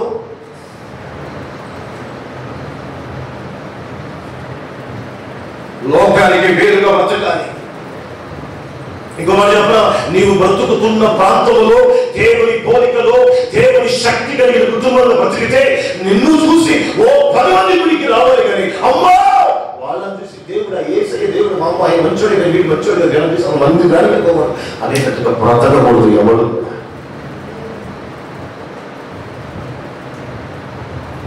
ఇంట్లో గొడవపడాలంటే భయపడాలి. నీ ఇంట్లో ఏదైనా మనకి మళ్ళీ వ్యవహారం చేయాలంటే నీకు భయం రావాలి. ఎందుకంటే నన్ను కాదు, నన్ను చూసి ఎవడైనా పాడైపోతాడేమో చెప్పలేదా.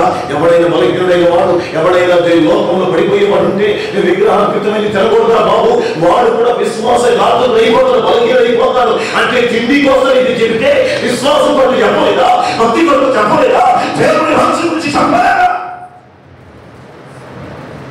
అణువణువు భయపడుతూ, అణువణువు దేవుని ఆత్మతో నడిపించబడుతూ, అణువణువుతో రోషం కలిగి ఇతరుల కొరకు బ్రతకగలగాలి. అంటే నీవు దేవుని మహిమ కలిగి దేవుని పోలిక కలిగి బ్రతకాలి. నీవుగా కనబడకూడదు, నీవుగా క్షీణించకూడదు. జీవించవచ్చా? ఒక్కసారి కనుక దేవుని నమ్ముకున్నాక, ఒక్కసారి నువ్వు మౌనముసు బాప్తిసం పొందాక, ఒక్కసారి దేవుడికి అప్పగించుకున్నాక ఇక బ్రతుకుట నేను కాదు, బ్రతుకుట క్రీస్తు చెప్పగలగాలి. ఆ స్థాయికి చేరాలి. ఆ స్థాయిలో ఉండడానికి కనురాలైన స్త్రీ దైవజనుడి గురించి ఆలోచన చేసింది, అతని అవసరాల గురించి ఆలోచన చేసింది, అతని ఉన్నతమైన మహిళల పాత్రలు నిలవాలని ఆలోచన చేసింది. ఎందుకంటే దైవజనుడు ఆ ఇంటికి వచ్చి పోతూ ఉండి దేవుని మహిమ దిగొస్తాలి, దేవుని ప్రభావం దిగొస్తాలి, దేవుని సన్నిధి నిలిచి ఉండాలి. కనుక మా ఇల్లు కూడా దేవుని మందిరం లాగా మార్చబడాలి. హల్లెలూయా. నువ్వు ఆ స్థాయికి చేరుతున్నావు, నువ్వు ఆ స్థాయిలో ఉంటావు. అసలు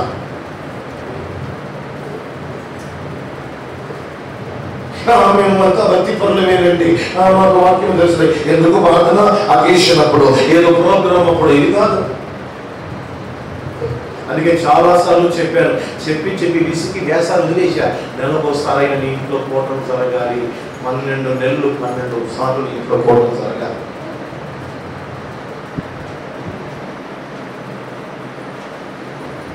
జరుగుతుందా? ఎట్లా వస్తుంది ఈ ఇల్లు అంతా దేవుని నుంచి ఎలా నింపబడుతుంది? నీ ఇంట్లో దేవుని పోలిక ఎలా వస్తుంది? నీ భర్త తాగుబోతూ తిండిపోతూ మారాలి అంటే దేవుని వాక్యం, దేవుని సన్నిధి, దేవుని సేవకులు మాటికి వస్తూనే ఉంటాయి.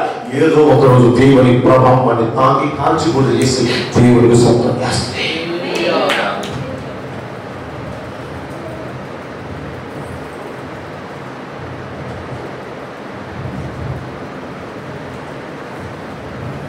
దేవుని వాక్యం నేర్చుకుంటున్నటువంటి మనం ఆరాధిస్తున్న దేవుని దేవదూతలు అంతగా గణపరుస్తూ ఉంటే మరి మనం ఎంత గణపరుస్తున్నాం?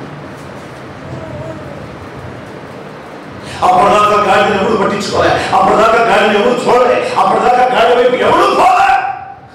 రాజు యేసు ఎప్పుడు ఆ గాడి మీద కూర్చున్నాడో ఆ గాడి కొరకు కొత్త బట్టలు ఎక్కడ బీరువాలో మనం ఎప్పుడు తీయని బట్టలు తీసుకొచ్చి పరిస్థితున్నాడంట. దీనికి గాడిద పాదములు. ఎందుకంటే ఆ గాడిద మీద కూర్చున్న వాడు రాజు అయిన మహిమ గల యేసు.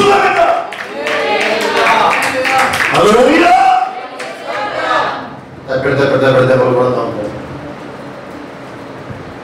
పడితే ఎట్లుంటారు సపట్లు కూడా దొరికిపోవాలి.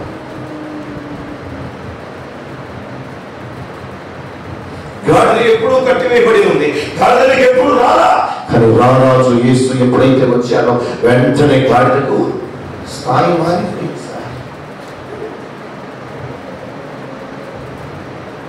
దేవుని సన్నిధానంలో వాక్యం వింటున్నటువంటి మనం, దేవుని సన్నిధానంలో వాక్యం నేర్చుకుంటున్నటువంటి మనం ఏ స్థాయిలో, ఏ పరిస్థితుల్లో, ఏ ఉద్దేశాల్లో, ఏ కోరికలో మనం బ్రతుకుతున్నామో ఆలోచన చేయాలి.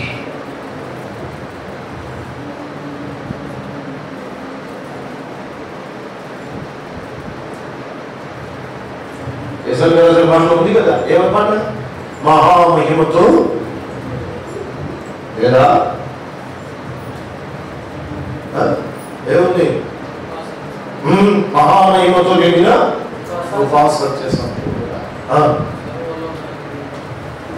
పరిశుద్ధుడు నిత్యము కొనియాడు. ఎవరు వాళ్ళు? దేవదూతలే కొనియాడుతున్నాయి ఆయన. మరి ఆ దేవదూతలకు లేని కృప మనకి ఇచ్చాడు. ఆయన కంటే కొంచెం తక్కువ చేశాడు. ఆ మన కొరకు ప్రాణం పెట్టాడు, మన కొరకు రక్తం కాచాడు, మన కొరకు ఆయన బలంగా పెట్టేశాడు, మన కొరకు ఆయన సింహాసనం వదులుకున్నాడు, మన కొరకు ఆయన మహిమ వదులుకున్నాడు, మన కొరకు ఆయన తండ్రి నుంచి వదులు వచ్చేసాడు. ఇన్ని చేసిన ఆయన కొరకు మనం ఈ లోకంలో బతుకుతున్నాం. ఎలా బ్రతుకుతున్నా ఎంత మహిమకరంగా బ్రతుకుతున్నాం ఆయన కొరకు. ఉందా? ఆయన మహిమపరచగలిగేంత బ్రతుకు, మనము కనబడని ఆయన కనిపించే బ్రతుకు మన దగ్గర ఉందా? అది ఉండాలి అంటే క్రియలు ఉండాలి, అది ఉండాలంటే బలిపీఠం ఎక్కాలి, అది ఉండాలంటే వదులుకోవాలి, అది ఉండాలంటే దేవునికి స్తోత్రం ఇవ్వాలి, అది ఉండాలంటే సేవకునికి చోటు ఇవ్వాలి, అది ఉండాలంటే అవసరం తెలుసుకోవాలి.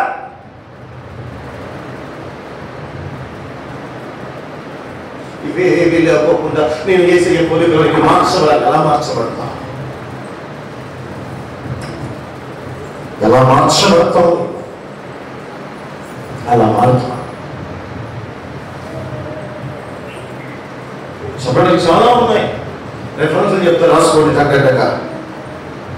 2 సమూయేలు 11 వచ్చాం ఉరియా గురించి రాస్తుంది. అపోస్తుల కార్యం 6:15, యోహాను సువార్త 18:4-5, లూకా సువార్త 22:47-48. వీటి గురించి వివరించి ప్రార్థన చేస్తాను, సమయం లేదు కనుక. మొదటి 2 సమూయేలు 11 వచ్చంలో ఈ దావీదు ఉరియాని పిలిచి, ఉరియా భోజనం చేసి పానము చేసి చక్కగా నీ భార్యతో సంతోషించమంటే ఆయన ఏమంటాడు? మందస్సము యుద్ధ భూమిలో ఉండగా, ప్రజలు యుద్ధ భూమిలో ఉండగా నేను వెళ్ళి సుఖపట్టం ఏంటయ్యా? మందస్సం అంటే ఏంటి అని చెప్పాను? మహిమగల దేవుని మందసము యుద్ధ భూమిలో ఉంటే నేను సుఖపట్టవా? నేను సంతోషపట్టవా? నేను ఆనందపట్టవా? యుద్ధం చేయాల్సిన వాడు యుద్ధం చేయకపోగా, యుద్ధం చేయవలసిన వాడు యుద్ధం చేయకపోగా, ఆయన పాపము చేసి పాపాన్ని గట్టుకట్టి పాపాన్ని పోగొట్టుకోవడానికి, పాపాన్ని కప్పించుకోవడానికి మరొక వ్యక్తిని పిలిస్తే బుద్ధి రావలసింది. చివరికి హత్య చేయించి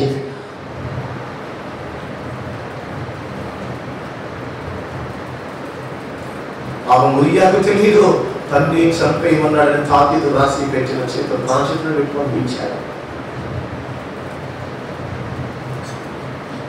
ఎలా బ్రతుకుతున్నా? పాపం చేసి పాపము కప్పిపుచ్చిన వాడిగా ఉంటున్నామా, లేదా ఉరియలాగా అన్నిటికీ నిష్ఠ కలిగి బ్రతుకుతున్నా?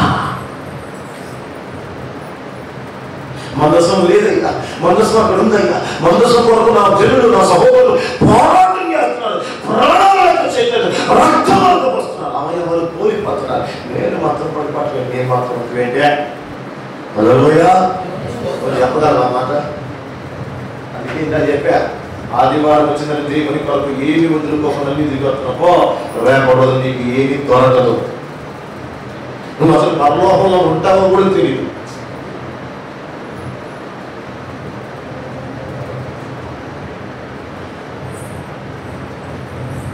కొందరేమో ప్రాణ త్యాగానికి లెక్క చేయకుండా, కొందరైతే ఇబ్బందులు పాలైన, గొడవలు పడిన, వారు ఏమనుకున్న బాధ లేదు, వారు ఏం శిక్షించిన బాధ లేదు, వారు ఏ ఇబ్బంది పెట్టిన బాధ లేదు, అసలు ఏ పైన కాదు, ఏ కానీ అనుకుని త్యాగం చేసి మందిరానికి వస్తా ఉంటే నువ్వు మందిరానికి రావాల్సిన నీవే అన్ని వదులుకోకుండా, వాటిని వదిలిపెట్టుకుని విడిచిపెట్టకుండా వాడి చుట్టూ తిరుగుతున్నావు. చెప్పు, ఎవరు మహా మహిమ గల దేవుడు? దేవుడి మహిమ కొరకు బతుకుతున్నాడు. రోషం కలిగి ప్రార్థన చేస్తే ఎలాంటి వాళ్ళని ఎలాంటి ఆమె మారిపోతే మన ఇబ్బంది పెట్టరో ఆ బాధ లేదు, ఆ రోషం లేదు. నువ్వు కూడా పనికి మనలాగా లోపల పడి తిరుగుతున్నావు. ఎంతమంది సేవకులతో సహవాసం లేదు, ఇప్పుడు ఏ సహవాసం లేదు, ఇప్పుడు అంతా ఆ సహవాసమే. మరి ఎందుకు వస్తుంది నీకు దేవుడి కార్యాలు? ఎందుకు దేవుడు ఆత్మకార్య జరుగుతుంది బ్రతుకులో? నీ ఉద్యోగం నువ్వు అప్పగించుకొని బతకట్లేదు.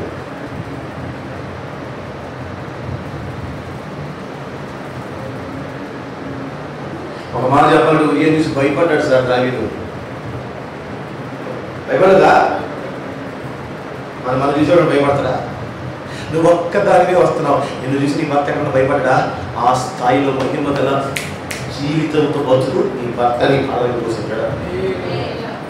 పొంగు పట్టుకుని చెప్పని చెప్తలే, నువ్వు ఏం చెప్పినా వింటాడు. నేను మా అందరిలో పోమంటాడు. అంతే, నువ్వు ఉండాలి ఆ స్థాయిలో, మా రేంజ్లో ఉండాలా. ఆ పరిశుద్ధతలో ఉండాలి, ఆ నమ్మకత్వంలో ఉండాలి, ఆ స్థాయిలో బతకాలి. అసలు నీ దగ్గర బతుకే లేకపోతే ఆయన అంటే భయపడతాడు, తెలంగాణ కూడా భయపడతాడు అంటే భయపడతారా?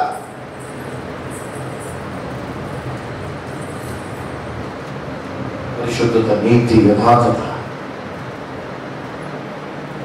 మహారాజే ఉరియాకి భయపడడానికి ఎంత గొప్ప విషయం అది. ఉరియా పరిశుద్ధుడు కనుక ఆ పని ఉడిగట్టలేదు. సుఖపడమని రాజే పంపించి సుఖపడకోకుండా మత్తుని చేశాడు. ఏం చేశాడు? మత్తుని చేసిన వెళ్ళిపోలే, నడబడిండు.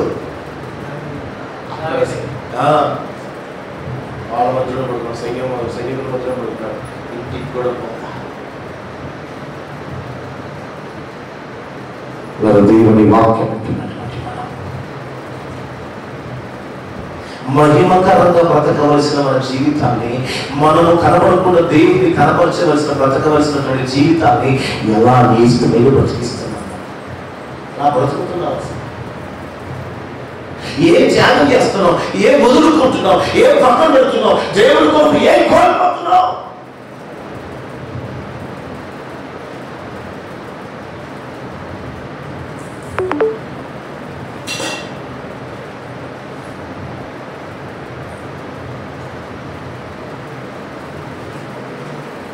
అపోస్తల కార్యములు 15 అంటాడు, వారందరూ వైపు చూడండి ఆగనిపించాడట. అతను దేవదూత స్వరూపం మమ్మల్లా కనిపించాడట. ఎందుకు? ఎవరైనా ఏం చేయడానికి పిలువబడ్డాడు? సంఘంలో బొమ్మ పెట్టడానికి పిలువబడ్డాడు. కానీ వారందరూ అతని వైపు చూస్తాడ. దేవదూత స్వరూపం అట. భయం వచ్చిందని కళ్ళు కొరుకుతున్నారట ఆయన చూసి. మరి మనం ఏ స్వరూపంతో? మన స్వరూపానికి వెనక రహస్యం ఏంటి? మొత్తాన్ని పెట్టా ఫేరల్ లవ్లా, ఫెయిర్ రబ్బరా, అండ్ సమ్మ.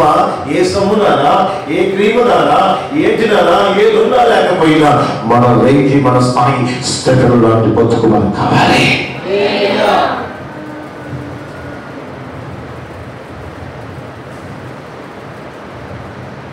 స్థితిలా ఉన్నావా నువ్వు? భోజనం పెడతాను బిజుడు సాగులు మాట్లాడుతుంటే పట్ట పళ్ళు వెళ్ళి సంపి మారేశారు అతనికి. సావటానికి లెక్క చేయలే. ఒక పూట తిండికి లేకపోతే పంపలు ఇల్లు శగాలు చేస్తాను, అభ్యంతరం చేస్తావు. కానీ ఆయనైతే ఏమి ఉన్నా లేకపోయినా దేవుడు.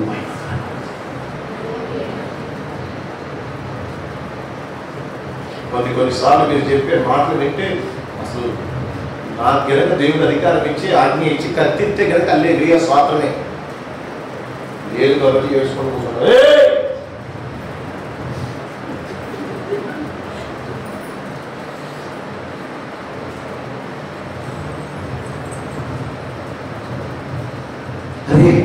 మహిమ గల దేవుని ఎదుట మహామహిమతో నింపబడిన పట్టణంలో దేవదూతల రెక్కలతో తప్పి దేవుని ఆరాధిస్తూ మహిమపరుస్తూ ఉంటే, గానములు చేస్తూ ఉంటే, ఆయన కంటే కొంచెం తక్కువగా చేయబడి ఆయనవన్నీ తింటూ, ఆయన ఇస్తున్నవన్నీ తాగుతూ, ఆయన ఇస్తున్న ఆరోగ్యం, ఆయన ఇస్తున్న వాటితో బతికేస్తూ శక్తి లేకుండా బతుకుతున్నాం.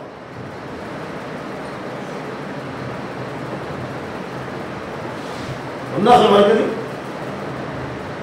ఇంకే చెందుకుంటాం.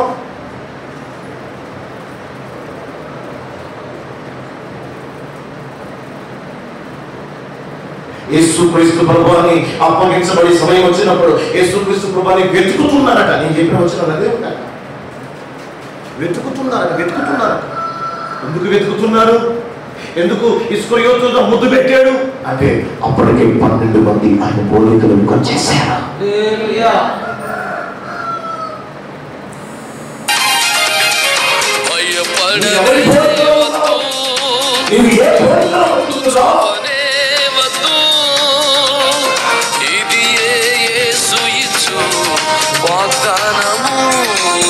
దేవుని వాక్యం ఇచ్చినటువంటి మనం, దేవుని వాక్యం నేర్చుకుంటున్నటువంటి మనం, దేవుని వాక్యం అనుసరించి బ్రతకవలసిన మనము ఆయన యేసుని వెతుకుతున్నప్పుడు ఆ 12 మందిలో ఉన్న యేసు ఎవరో తెలియలేదు.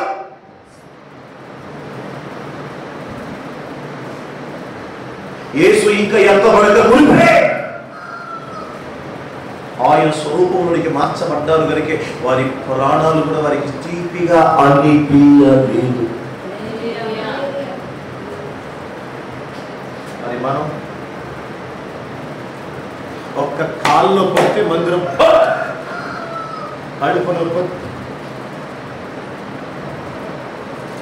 వారి పురాణం పోతుందని తెలిసి పౌలు గారు వెళ్ళిన ఆ స్థలాలకి పౌలు గారి సంఘస్థులు ఆపలేదు. అయ్యా పౌలా ఉందయ్యా, ఎల్మాక ఎరుషులు వెళ్ళిపోతున్న చంపేస్తారయ్యాడు, మీరు పోవాల్సిందే లేదా?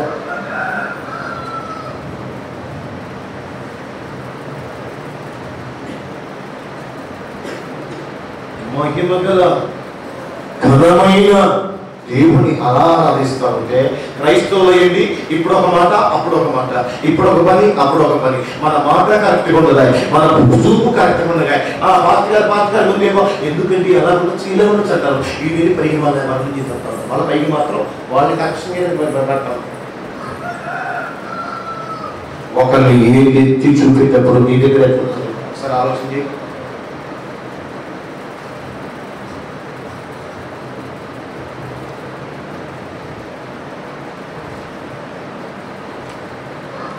యేసయ్య అనిపించాడా? ఎప్పుడైతే తీసుకొని ముద్దు పెట్టాడు ఆయన యేసయ్య. హల్లెలూయా. ఇప్పుడు నీ భర్త, నీ కొడుకు, నీ కాళ్ళు, నీ కూతురు, అల్లుడు ఎవడైనా సరే మారిపోవాలి, నీకు భయపడాలంటే నువ్వు అలా మారాలా, అలా భయం ఉండాలి, బతకాలా. హల్లెలూయా. ఇప్పుడు మనం ఏ రీతిలో ఏ స్థాయిలో ఉన్నాం చెప్పు. అందరిలాగే గుడికి వచ్చి కాడికేసి ప్రార్థన చేసి వెళ్ళిపోతే నీకు కష్టం వచ్చినప్పుడు దేవుడు సేవకుడు ప్రార్థన చేసి తీరుతాడు. కానీ రేపు రాకుండా ఎంత పడతామని నిరీక్షణ ఉండదు. మొత్తం మనందరూ పర్లోకి మొత్తమా ఊకోరండి, ఇంటిలో ఊకోకపోతే సాగు.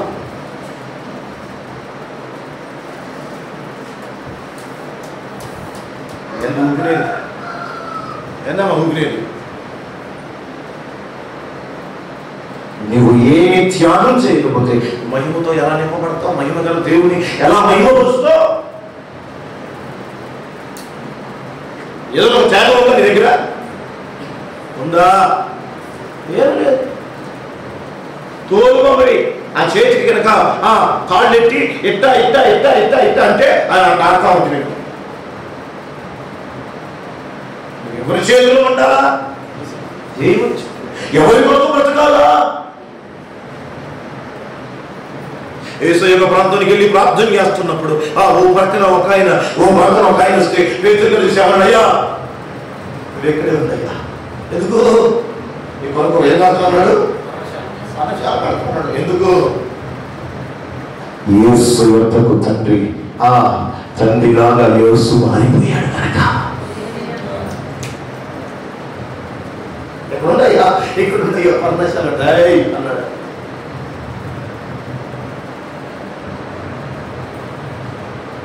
మరి అక్కడంతా తిరుగుతూ ఉంది. తిరుగుతూ ఉంటే తోటవారే నా రబ్బు ఎవరు ఎంతలో ఏసై గుర్తుపట్ల. ఎందుకు? అప్పటిదాకా భూమి మీద ఏసై కాదు, వెంటనే మహిమ గల యేసయ్య మారిపోయి తండ్రి పోలికలోనికి. అప్పుడు అన్నాడు మరియా నువ్వే. హల్లెలూయా. ఎలా బ్రతకాలి సార్? క్వాలిటీ లేని బ్రతుకు, క్వాలిటీ లేని జీవితం, క్వాలిటీ లేని క్రియలు, క్వాలిటీ లేని ఇవన్నీ తినడానికి ఒక్క పూట ఉండి ఒక పూటకు పరిగీమడానికి పోయినట్టు క్వాలిటీ కావాలి. కానీ తరతరములు బ్రతుకోబోతున్న, తరతరములు జీవించబోతున్న ఈ జీవితానికి, ఈ బ్రతుకుని క్వాలిటీ లేకపోతే అలాగా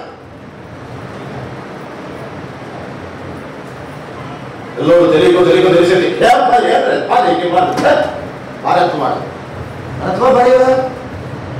పనికిరాని శాతం తెచ్చిన బాధ్యత. ఈ లోపల ఒక పూట రుచిగా టేస్ట్గా ఈ పనికి మళ్ళీ 2 అంగాలు 4 అంగాలు నాలుగేత టేస్ట్ కావాలి కోరితే, ఎంత క్వాంటిటీ కావాలని కోరుకుంటే సరుకులు ఎంత మోర్ నీ సూపర్ మార్కెట్లే కావాలి. నీ బతుకు, నీ బట్టలు రేంజ్ కాస్ట్లీ కావాలి. మరి నీ బతుకు, నీ క్రియలు, నీ జీవితం దాని కొత్త అసలైన దాన్ని వదిలిపెట్టి పనికి మళ్ళీ బతుకు తిరుగుతామే. వాడు పేదవాడైన లాజరు తిండికి లేకపోయినా, బట్టకు లేకపోయినా, ఉండడానికి లేకపోయినా, కుక్కలు తినేవైనా వదిలేసి కుక్కల నుంచి తిన్నా. ఆయన స్థాయి తెలుసా? రేపు ఎక్కడో తెలుసా? అబ్రహామును అనుకున్నాడు. కానీ అన్ని సుఖంగా బతికిన ధనవంతుడు నిత్య నరకాగ్నిలో ఉన్నాడు. అబ్రహాము ఒక్కసారి పంపించమయ్యంటే ఎక్కడ వాడు అక్కడ, అక్కడ వాడు ఇక్కడ లేదురా. ఇక్కడ డైనింగ్ టేబుల్ నీదే, ఇక్కడ చపాతీ నీదే, ఇక్కడ రేంజ్ చికెన్ నీదే, మటన్ నీదే, ఫ్యాన్స్ నీదే, అన్ని నీదే, రేంజ్ లో బతికారా. కానీ ఇక్కడ రేంజ్ ఏం తెలుసా? నరకం నీది. మా ఊరి రూపం అనుకున్నాడు. ఎక్కడ అక్కడ రాడు.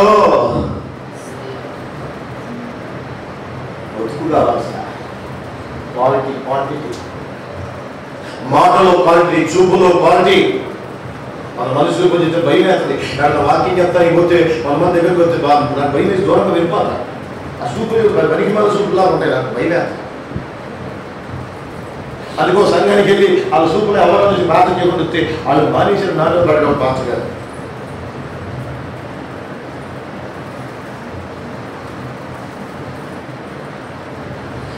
దేవదూతల 4 రెక్కలతో వాటిని కప్పుకొని 2 రెక్కలతో ఎగురుతూ ఆయన పరిశుద్ధుడు పరిశుద్ధుడిని ప్రతిగానం చేస్తున్నాయి. నేను ముగిస్తున్నాను. ఒక్కసారి ఆలోచించే, ఈ లోకంలో బ్రతకవలసిన పరిస్థితి ఎవరి కొరకు? నీ క్రియలు ఎవరి కొరకయ్యా? నీ జీవితం ఎవరి కొరకు? భర్త ఎన్నేళ్ళు ఉంటాడు? తిప్పి కొడితే 70-80 ఏళ్ళు. భార్య ఎన్నేళ్ళు ఉంటుంది? కొడుకులు కోడలు ఎన్నేళ్ళు ఉంటారు? లేదా నువ్వెన్నేళ్ళు ఉంటావు? కానీ ఆయన మనకు తారాతారములు ఉండబోతున్నాడా? అందుకే రాశారుగా, నన్ను ప్రేమించేవారు ఎందరో ఉండరు, అంతము వరకు నాతో ఉండరు. నాలో ఉన్నవాడా, నాతో ఉన్నవాడా, నా ప్రాణము నీవేసయ్యా. నాలో ఉన్నవాడా, నాతో ఉన్నవాడా, నా ప్రాణము నీవేసయ్యా.